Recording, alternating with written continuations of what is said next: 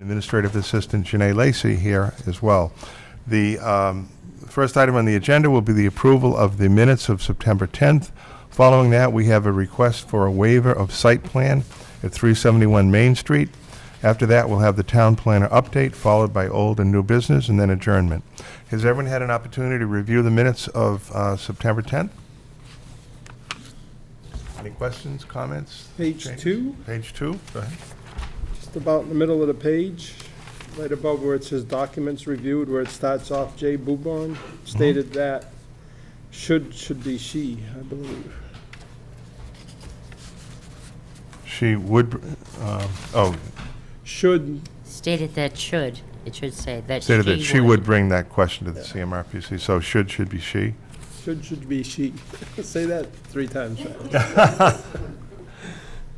Okay, so we'll make that, correction, just that you're going to refer it to them to see if we can add some questions for the Realtors. Good. And others. Any other questions or comments? That's all I have. Okay, a motion then to accept the minutes with that correction. So moved? Second? Second by Jeff. All in favor? Opposed, no one. Very good. We have the next item is the waiver of site plan for 371 Main Street. You want to make a presentation, or? Just identify yourself for the record. My name is Pete Champagne. I live on 67th Street Road in Fiskdale. And basically what I am proposing is a coffee house and dessert bar at 371 Main Street, where the old antique place was at Old Sturbridge Village. So this is kind of the plan.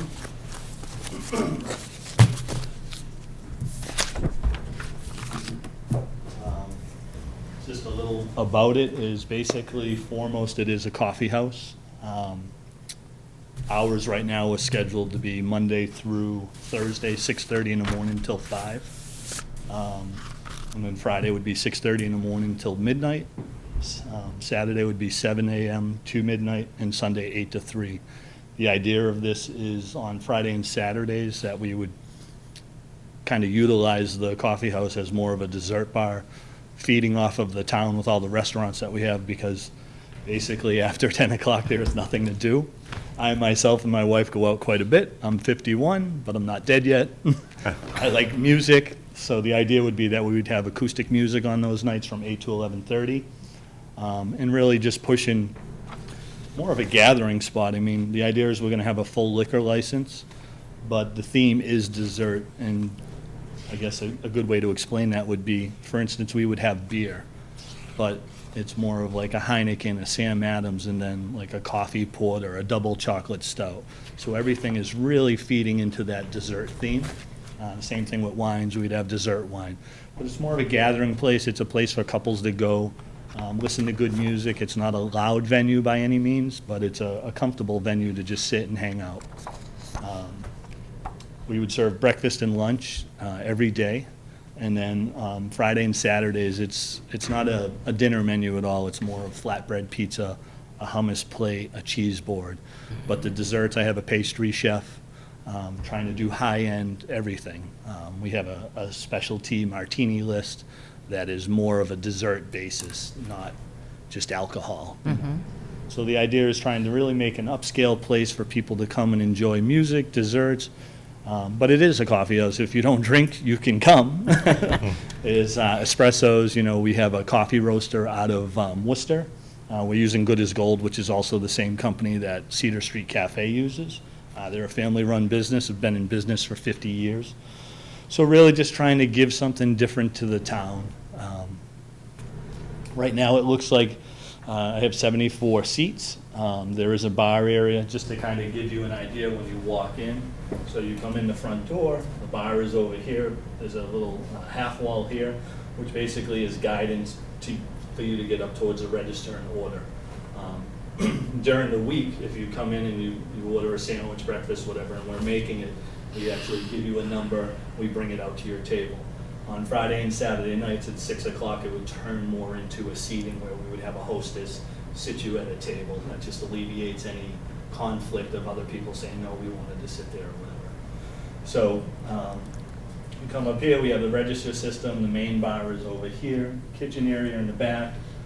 bathrooms down the hallway that are being brought up to ADA code, multiple seating areas, seating heights, another raised like area here that's like bar seat height, bench seats with two tops, a couple of booths that are built, a couple of love seats with chairs on each side in front of the big windows, and then we have a secondary exit going out for means of egress for emergency.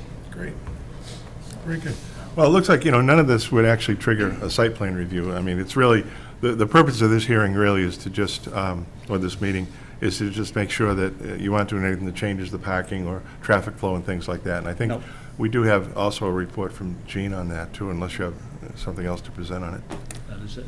We actually have Don Frederick, the engineer that prepared the site plan that's in your packet as well. I don't know if you have any questions for him, but I did review the plan, as did all of our staff members. We sent it out for review, as we always do. We didn't know anything that we felt would trigger a full site plan. As you noted, the traffic pattern is not changing, the pedestrian walkways are not changing. So we did a parking calculation.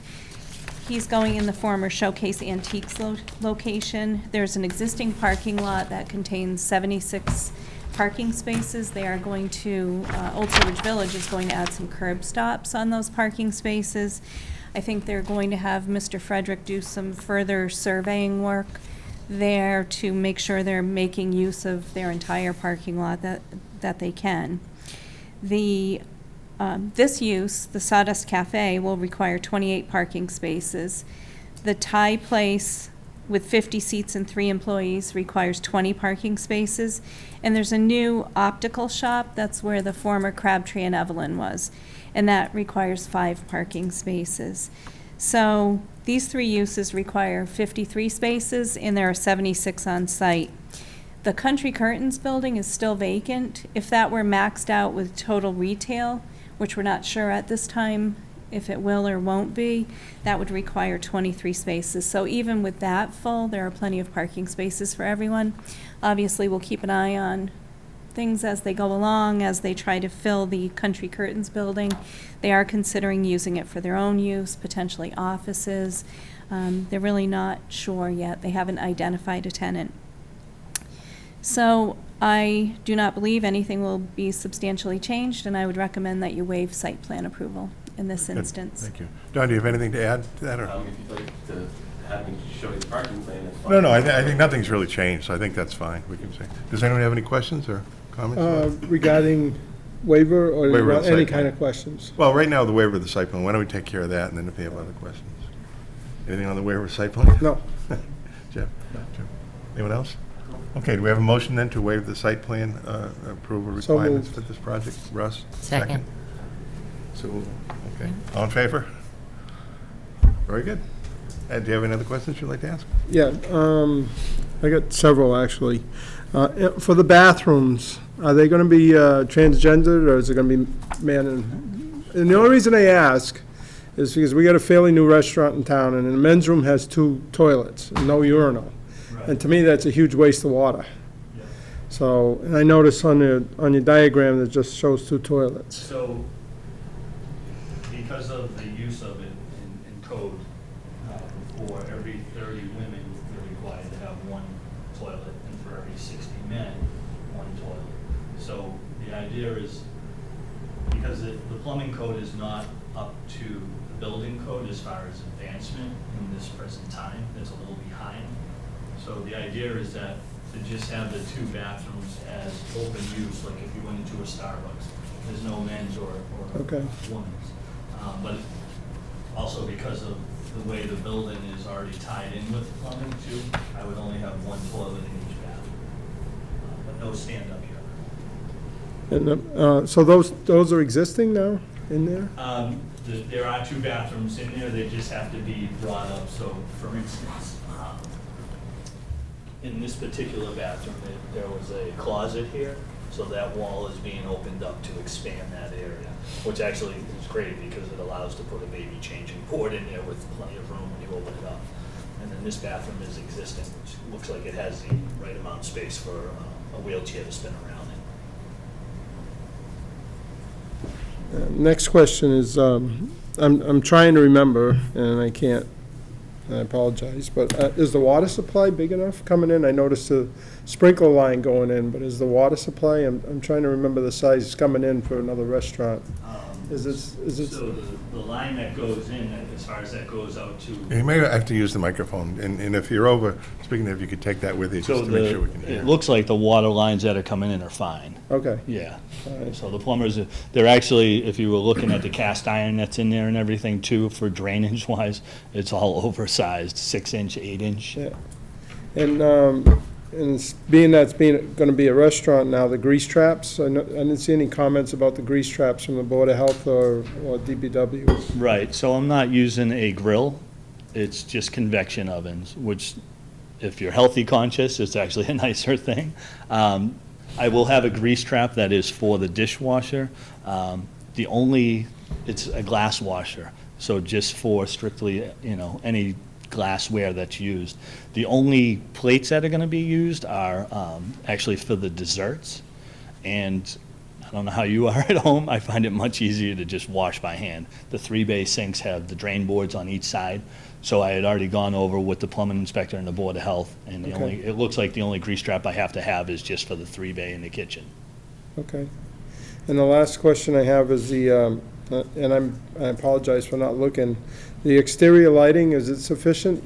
So I am changing out everything, so right now. But you're gonna be open till 11:30 at night. Yeah, so you know? even, on this side, because you have the parking lot back here, right now there's propane tanks here that are being moved on the 30th that are for the Thai place. And then they're redoing some of the back area here, but they have it dug up now. So the idea is, there would be a walkway that would also come down to here, to this door. And what I was doing was gonna put 4 sconces outside. And then also the lighting that's out here right now would be updated, just changed because it's beat up. And then there's also sensor light on the front that would be out, plus one of the signs on the building. And I think there's already electric in the ground, but I would like to put at least another light where the walkway is, and just aesthetics too. And just one additional thing, I'm sorry, there's no mention of the patio? Nothing at this time for the patio? Not doing a patio at this time. Yeah, it's just looking towards the spring possibly, you Okay. know. All right. So, yeah. Thank you. Very good, thank you. Any other questions? If not, very good, thank you, good luck with it. All right, great. Thank you.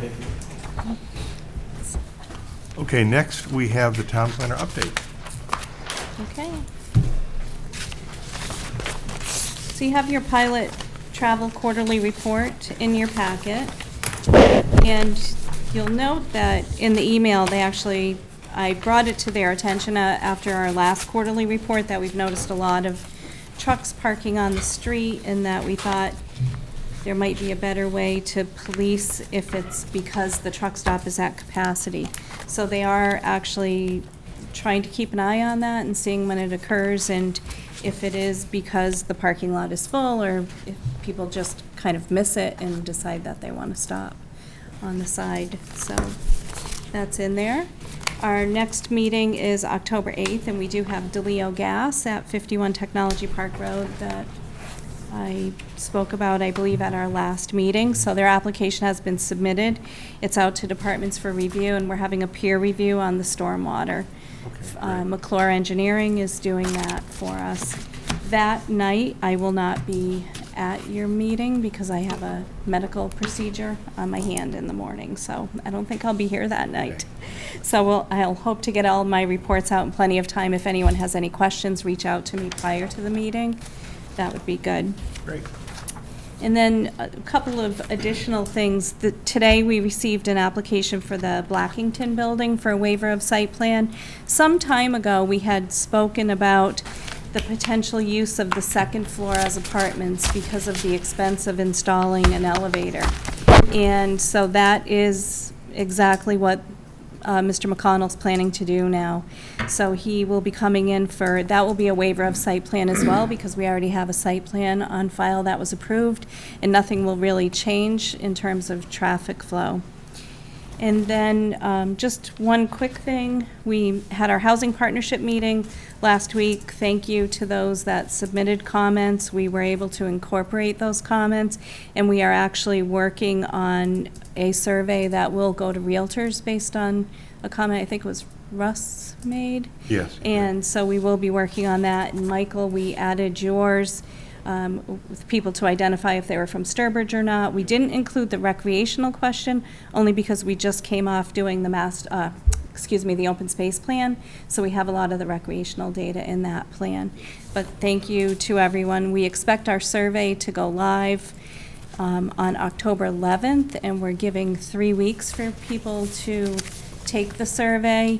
Yesterday, we missed the deadline for the senior center newsletter, so yesterday we printed 1,800 flyers, and the seniors were stuffing them in the newsletter before they went in the mail this morning. So we will be getting flyers out to everybody and sending out email blasts once the survey is online, and we would ask that you forward it to all of your kind of email contacts as well. So, and that is really all I have. Very good, thank you. Okay, Russell, any old business? Nope. Yeah. Old business? No. Jim? No, Sue? No. Nothing? Okay. New business? No? I do have a request. Sure. Gene, is there any way that when you prepare these memoranda, you could either cite to the bylaw when you're suggesting that you've reviewed the application of all the administrative and all the technical compliance with the bylaws, either cite to the bylaw or even provide that section that is applicable as part of the packet? Sure. So for, just so you're aware, because you haven't been here for a site plan review, I do go through section by section in the okay, bylaw. good. For a waiver, I just cite that one section that allows you to do that, but I'm happy to provide more detail in the future. Right, I mean, 170 pages of bylaws, I'm not up to speed. Sure, not a problem. I will do that. Okay, very good. Jim? No. Sue? Mike? Anyone else? Nothing else then? I have a motion to adjourn. So moved. I'll second it. Second, Jeff? Yes. All in favor? Very good. Thank you all.